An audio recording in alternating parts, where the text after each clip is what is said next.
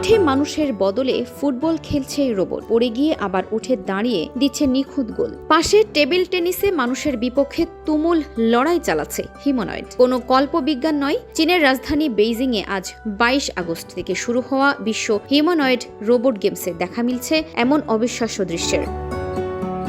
আগামী 26 আগস্ট পর্যন্ত চলতে থাকা রোবটদের এই মেগা আসর অতীতের সব রেকর্ড ভেঙে দিয়েছে। আয়োজক সূত্রের খবর, এবছর 6টি মহাদেশের 16টি দেশের 666টি দল অংশ নিচ্ছে, যেখানে রোবটের সংখ্যা 2056টি, যা গত বছরের তুলনায় 4 গুণ বেশি। আয়োজনে যুক্ত রয়েছে যুক্তরাষ্ট্র, জার্মানি ও জাপানের মতো প্রযুক্তি পরাশক্তিও।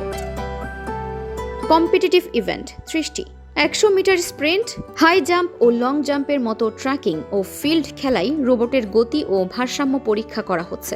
সিনারিও বেসড ইভেন্ট 21টি, কারখানা, সুপারমার্কেট, লজিস্টিক্স, জরুরি উদ্ধার কাজ এবং ঘরের দৈনন্দিন কাজে রোবটের বাস্তব দক্ষতা যাচাই করা হচ্ছে। সবচেয়ে বেশি নজর কেড়েছে মানুষ ও রোবটের মধ্যকার টেবিল টেনিস ম্যাচ। বিশেষজ্ঞরা জানান, হাত, পা ও মস্তিষ্কের দ্রুত সমন্বয় দরকার হওয়ায় টেবিল টেনিসই হিউম্যানয়েড রোবটের প্রযুক্তির সেরা পরীক্ষা। আয়োজকদের মতে, আজ স্টেডিয়ামে যে রোবট ফুটবল খেলছে তা আগামী দিনের শিল্প কারখানা বা দুর্যোগ মোকাবিলায় মানুষের সেরা বিকল্প হয়ে উঠবে।